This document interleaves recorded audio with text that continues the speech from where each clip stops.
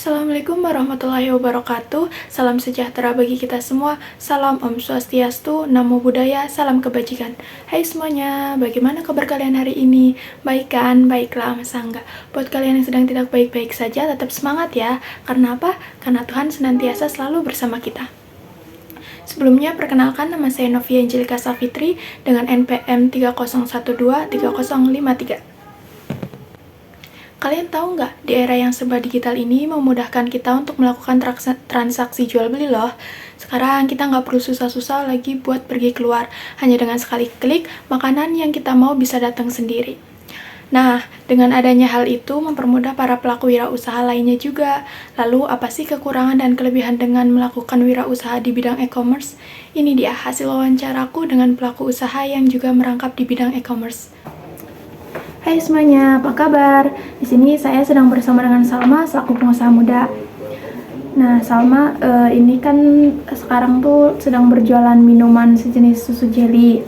Nah, ada beberapa pertanyaan yang ingin aku tanyakan. Di antaranya itu, apa alasan Salma memilih untuk jualan minuman itu? Kenapa nggak milih opsi lain kayak berjualan makanan atau mungkin buket bunga yang notabene kan kalau makanan dan minuman itu bisa cepat basi gitu. Kalau buket kan nggak. Kenapa gitu?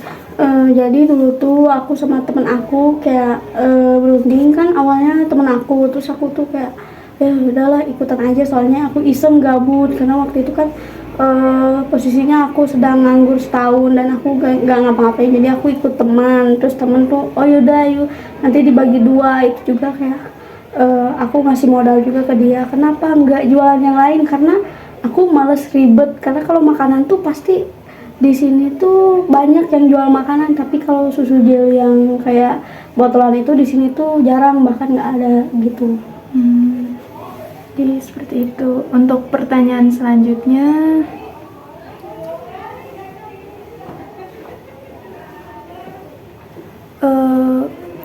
usaha ini tuh Salma tunjukkan untuk siapa sih target yang Salma inginkan dalam bidang ini? Kalau target dari yang jualan minuman ini biasanya ke anak-anak sekolah kayak SD, SMP, sama SMA juga. Tapi kadang aku bawa minuman ini ke kampus. Setiap hari Rabu kan aku selalu bawa itu yang beli. Nah, itu dia. Dan untuk pertanyaan berikutnya, di mana biasanya Salma menjual produk tersebut selain di kampus atau di sekolah? Mungkin ada lewat online atau lewat mana gitu? Kalau lewat online itu ada di Cibuntu di rumah temen itu, jadi sistemnya jadi di rumah temen, jadi rumah temen tuh pakai Gojek sama Grab.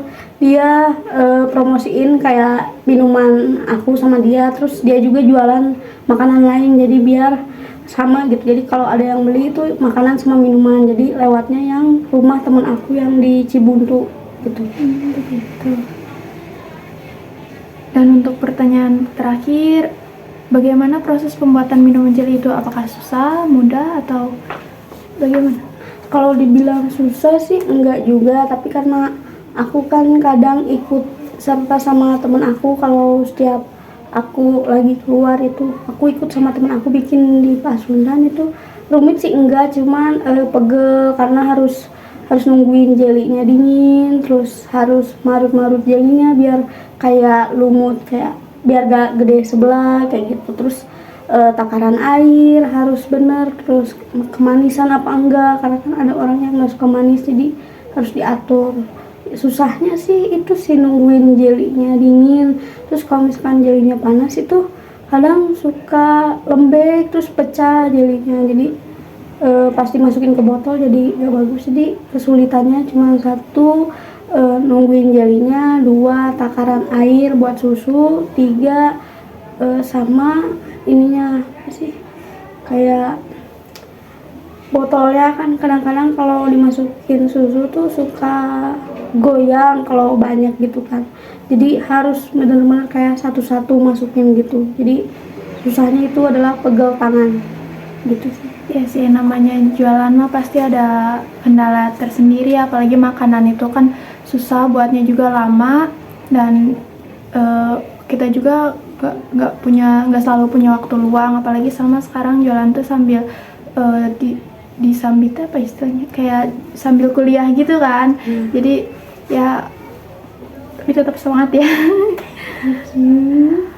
Oh ya, untuk usaha seperti ini kan biasanya terdapat kendala seperti kelemahannya atau kelebihannya tersendiri apa? Kelebihannya itu kan dia kan murah, terus kayak uang saku anak sekolah atau kuliah itu masih bisa lah kebeli.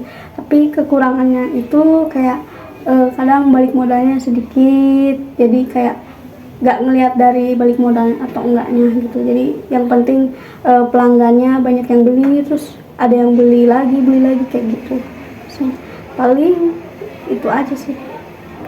Ya, untuk harga per botolnya itu kira-kira berapa ya? Harga per botolnya tuh kalau ke kampus aku kasih harga 8.000, tapi kalau misalkan ke sekolah-sekolah gitu, teman aku yang kirim itu biasanya itu 9.000 sampai 10.000, tapi kalau di SMA yang aku jual di SMA 8 itu aku jual 12.000, karena kan kalau di SMA itu rata-rata kan anaknya udah ini ya, udah masuk ke mau ke dewasa gitu kan, jadi mungkin uang sakunya lebih banyak daripada anak sekolahan SD dan SMP gitu. Jadi harganya itu masih terjangkau dan mudah didapat ya, dari bahan-bahannya tersendiri, nggak susah gitu. Tuh. Selain itu, Salma tuh kadang tuh kalau jualan kayak itu ada kerugiannya tersendiri nggak sih? Kerugian tuh ada ya. Ini kejadian kerugian kemarin karena kan aku simpen di tempat dingin itu, kalau sehari tuh nggak akan basi, cuman ada pembeli atau oknum yang nggak baik gitu, dia beralasan bahwa minuman yang aku kasih itu basi, padahal mah pas di eksperimen untuk diri sendiri enggak. Jadi saya tuh kayak ngegratisin dia minuman 7 botol, terus saya ganti uang dia, ganti rugi gitu sebanyak yang dia beli itu gitu. Sih susahnya jualan gitu, ruginya tuh banyak, apalagi kalau makanan kan. Kalau untuk barang kan mungkin bisa kayak apa ya, nggak terlalu susah dibanding makanan sih. Lalu peluang yang Salma lihat dari bisnis ini tuh apa? Peluangnya tuh kayak ke anak-anak sama anak sekolahan gitu, jadi peluangnya besar karena kan rata-rata anak-anak tuh kalau jajan tuh pasti ada minumannya, jadi biar sekalian. Jadi peluangnya yaitu ke anak-anak sama anak sekolahan. Soalnya kalau mereka mungkin masih suka jajan ya, terutama anak-anak gitu. Kalau orang dewasa kan ya nggak terlalu mikirin jajan sih. Mungkin sekian yang dapat saya sampaikan. Untuk Salma, terima kasih atas waktunya.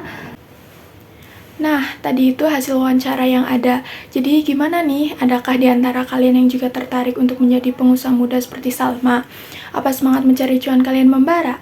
Dapat saya simpulkan bahwa adanya transaksi jual beli melalui media sosial ini ada keuntungan juga kerugian yang didapat bagi para penjual maupun pembeli.